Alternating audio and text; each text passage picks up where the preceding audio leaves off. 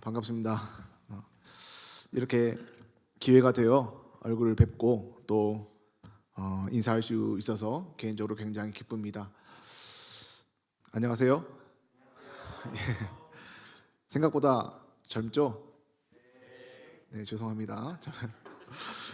제 소개를 드리자면 저는 정읍성광교회에서 대학 청년부 사역을 맡고 있는 신선민 목사입니다. 사실 제 나이가 지긋하고 또 목회 경력이 수십 년씩, 십수년씩 되시는 그런 목사님도 아니고 또 그런 경험에서 나오는 노련함도 갖춘 게 아닙니다. 그렇다고 해서 또 소위 말빨 좀 되는 탤런트를 가지고 있는 사람도 아닙니다. 그래서 여러분들에게 제가 어떤 조언이나 또 무엇을 가르칠 만한 자격이 있는 사람도 아닌 것 같습니다. 굳이 따지자면 그저 여러분들보다 몇 년 또는 10년 남짓 먼저 된 사람일 뿐입니다.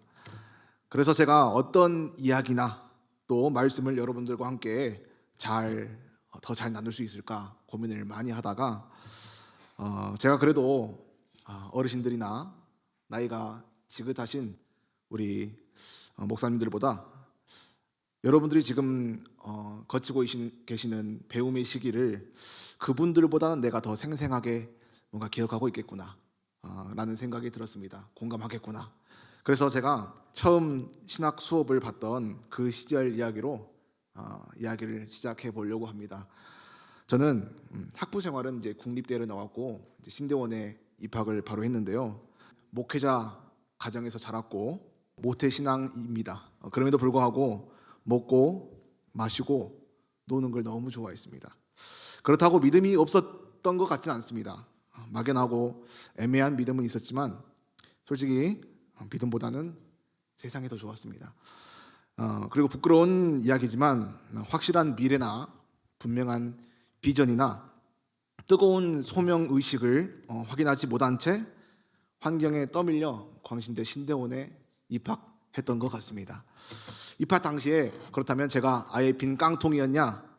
그런 것도 아닙니다. 소명이 아예 없었던 것도 아닙니다. 그러나 입학해서 보니까 다른 우리 동기 전도사님들을 보니까 굉장히 뜨거운 소명의식이나 분명한 어떤 비전이나 체험이나 비교적 그런 게 너무 제가 약한 거예요.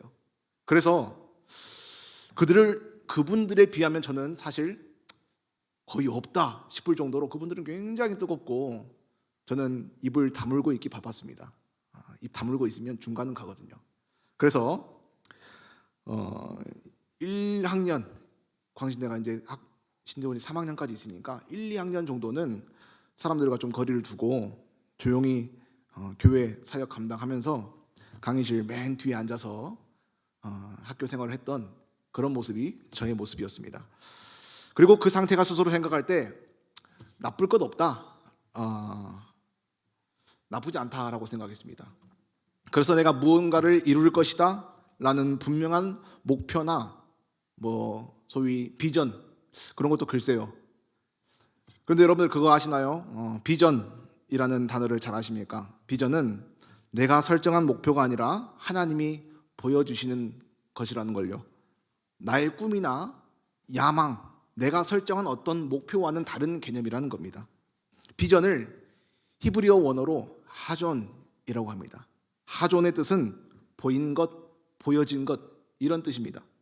다시 말해 하나님이 내게 보이신 것, 보여주신 것.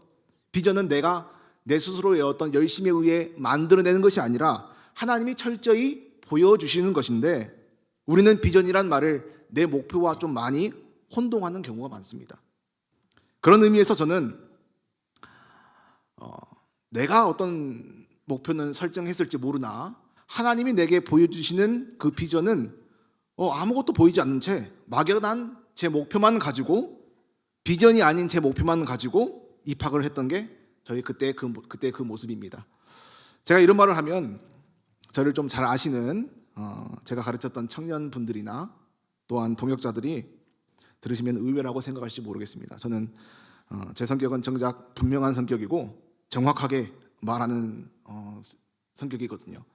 그런데 여러분들 지금 저는 돌이켜 보건대 한 가지 깨달은 사실은 내가 나의 가는 길이 맴도는 길이거나 방향 없이 표류하는 길인 줄 알았는데 사실은 그렇지 않았다는 것입니다.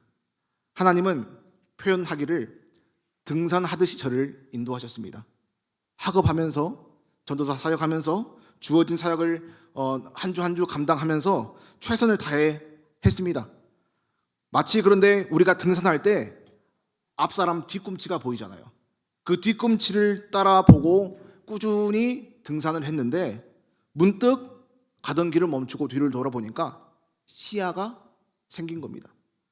저는요, 그 시야가 고백기를 하나님이 점차 제게 보여주시는 비전과도 같았습니다.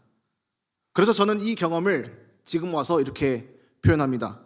나는 떠밀려 왔다. 하나님이 나를 떠미셨다라고 표현을 합니다. 내 실력은, 내 형편은 너무 보잘것없어서 내 마음도, 내 방향도, 목적도, 본질도 저는 무엇 하나 확실히 알지 못하는 상태였습니다. 그리고 이 형편없는 이 사람을 하나님이 끊임없이 떠밀어 가시고 가르치시고 만드셨다고 저는 증언하는 바입니다, 여러분들. 저는 이런 제 경험을 통해서 여러분들 본문 이야기를 볼 텐데요.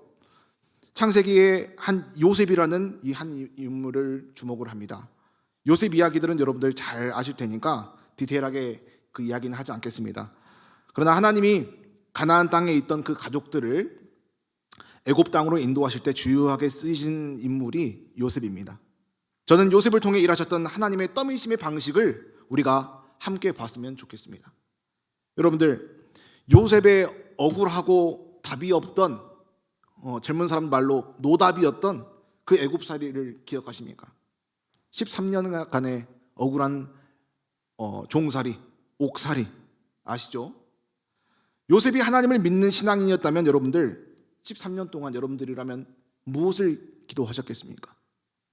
여러분들이 요셉이라면 요셉이 그 고난의 시간 동안 자신의 어떤 인생의 결론을 알았을까요?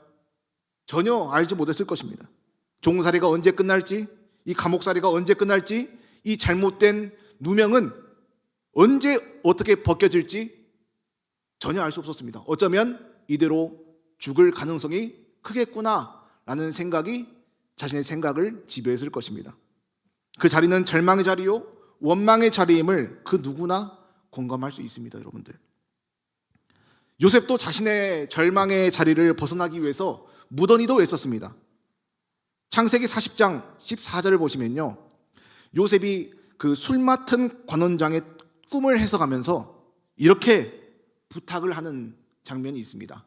자, 제가 읽어드리겠습니다. 요셉이 술 맡은 관원장에게 부탁을 하는 겁니다. 술 맡은 관원장은 잘 될 테니까 당신이 잘 되시거든 나를 생각하고 내게 은혜를 베풀어서 내 사장을 바로에게 아뢰어서 이 집에서 나를 건져주소서. 뭔 말입니까? 당신이 잘 되면 나 좀 건져줘라.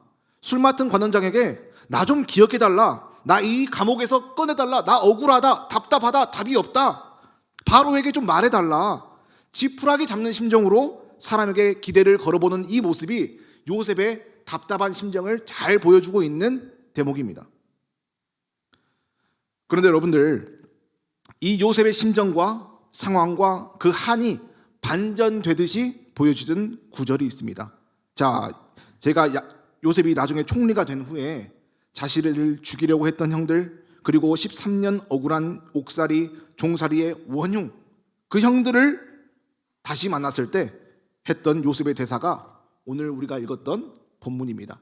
자, 창세기 45장 5절을 우리가 함께 다시 한번 읽어봤으면 좋겠습니다. 창세기 45장 5절입니다. 자, 한번 다시 읽어보겠습니다. 시작. 당신들이 나를 이곳에 팔았다고 해서 근심하지 마소서. 한탄하지 마소서. 하나님이 생명을 구원하시려고 나를 당신들보다 먼저 보내셨나이다. 여러분들, 이 45장 5절을 잘 보시기 바랍니다. 형들이 근심을 하죠. 야, 우리가 죽이려고 했던 그 팔았던 요셉이 13년 후에 총리가 되어 나타났어요. 자신들은 이제 근심을 할 겁니다. 야, 이제는 끝이다. 요셉도 얼마나 일을 바득바득 갈았겠습니까? 13년 동안 그 형들만 아니었으면, 가족만 잘 만났으면 내 잃어버린 13년의 젊음은 당신들이 어떻게 보상할 것인가? 20대가 통째로 날아갔습니다. 내가 오늘 이 날만은 기다렸다. 당신들 내가 찢어 죽일 거야. 13년을 내가 당신들 때문에 얼마나 억울하게 종살이, 옥살이, 누명살이를 했는지 당신들 내가 곱게 안 죽일 것이다. 이런 말을 했어야 저 같으면 그런 말 했을지도 모릅니다. 그런데 요셉이 그때 한 말은 이렇습니다. 5절 다시 한번 보시기 바랍니다. 하반절에 중간부터 하나님이 당신의 생명을 구원하시려고 나를 당신들보다 먼저 보내셨나이다. 여러분들 이게 요셉의 고백입니다. 여러분들 이 고백을 저는 세 가지로 나눠서 여러분들에게 함께 나누고자 합니다. 첫 번째는 요셉이 고백하는 첫 번째 고백, 하나님이입니다. 하나님이. 여러분들 지금까지 자기가 걸어왔던 시간의 모든 고난들이 13년이 하나님의 경영 안에 이루어졌다는 사실이 그가 깨달아지면서 첫 번째 고백이 뭐냐고? 하나님이가 주어로 등장한 겁니다. 저를 포함한 여러분들이 평생 어떤 상황이나 어떤 경우 앞에서도 여러분들의 주어가 무엇이 되어야겠습니까? 여러분들? 하나님이. 여러분들 너무 뻔한 말이죠. 그러나 너무 중요한 말입니다. 이게 요셉의 첫 번째 고백입니다. 이 고백이 여러분들 의미하는 바는 바로 우리에게 이런 의미일 것입니다. 너 네 힘으로 살래? 아니면 내 힘으로 살래? 순간순간마다 하나님이 나에게 이 질문을 물으실 때 우리가 첫 번째 해야 될 고백이 무엇이냐? 하나님이. 너 이 길 왜 가고 있니? 너 누가 그렇게 살라던? 할 때 여러분들의 대답이 늘 동일하시길 바랍니다. 첫 번째, 하나님이. 그리고 두 번째 고백입니다. 생명을 구원하시려고. 두 번째가 생명을 구원하시려고. 여러분들 우리가 이게 참 중요합니다. 여러분들 우리가 나중에 목회자로 살든 평신도로 살든 어떤 직분으로 살든 그 모든 사역의 본질은, 모든 역사의 본질은 생명을 구원함에 있음을 우리가 잊어서는 안 될 것입니다. 하나님의 모든 인도하심의 목적은 생명을 구원하시는데 그 목적이 있다는 겁니다. 여러분들, 저를 포함한 여러분들 사역 왜 하십니까? 여러분들 사역까지 전이라도 헌신과 봉사 왜 하십니까? 제가 이렇게 말씀과 설교 왜 합니까? 찬양 왜 합니까? 전도 왜 합니까? 돈 많이 벌려고 합니까? 밥벌이 하려고 합니까? 성도 더 많이 모아서 어떻게 헌금 더 받아보려고 합니까? 그렇지 않다는 거예요. 영혼 구원이라는 것입니다. 생명을 구원하시려고. 여러분들 우리가 언제 어디서든 어떤 이름으로든 이 사역의 본질 앞에 우리가 늘 순수했으면 좋겠습니다. 생명을 구원하시려고. 첫 번째 뭐라고요? 하나님이. 두 번째는 생명을 구원하시려고. 자, 세 번째 고백은 내 팔자가 어쩌고 운이 어쩌고 스펙이 모자르고 운명이 기구해서 내가 이 애굽 땅에 끌려온 게 아니었구나. 그러면서 요셉이 이런 이야기를 합니다. 하나님이 생명을 구원하시려고 나를 당신들보다 먼저 보내셨나이다. 여러분들 여기서 보내셨다라는 고백이 터집니다. 보내셨다. 여러분들 이것은 보내셨다는 말 뭐래요? 본인이 자천해서 왔다는 겁니까? 아니죠. 수동적으로 자신이 떠밀려 왔다는 소리입니다. 보내셨다. 여러분들 하나님께서 보내심을 여러분들이 당한 것입니다. 떠밀림을 당하신 분들입니다. 내가 끌려온 게 아니었구나. 내가 팔려온 게 아니었구나. 보냄을 받은 자리였구나. 하나님이 떠미셔서 내가 이 자리에 존재하는구나. 자, 여러분, 누가? 하나님이. 왜? 생명을 구원하시려고. 어떻게 하셨다? 앞서 보내셨다. 여러분들 우리는 하나님의 떠미심으로 인해서 앞서 보내진 자들입니다. 하나님이 보내셨습니다. 아멘이십니까? 생명을 구원케 하시려고 보내셨습니다. 여러분들이 이 고백이 우리의 인식 속에 있을 때, 내 믿음 속에 있을 때 매일 아침 뜨던 태양이 새로운 태양이 될 것입니다.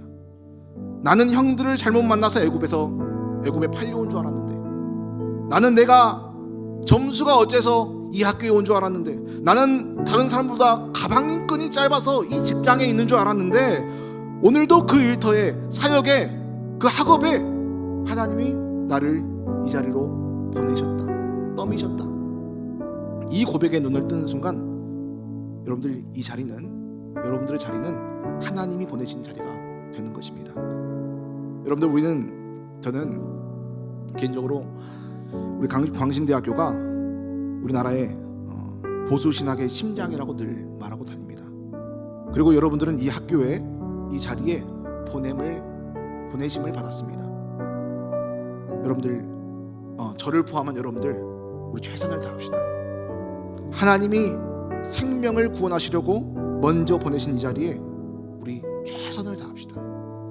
그리고 이 고백들이 여러분들의 교우 관계 속에서도, 사역 이후에도, 학업 이후에도 풍성하게 경험되는 여러분들 되시길 주님의 이름으로 축원합니다.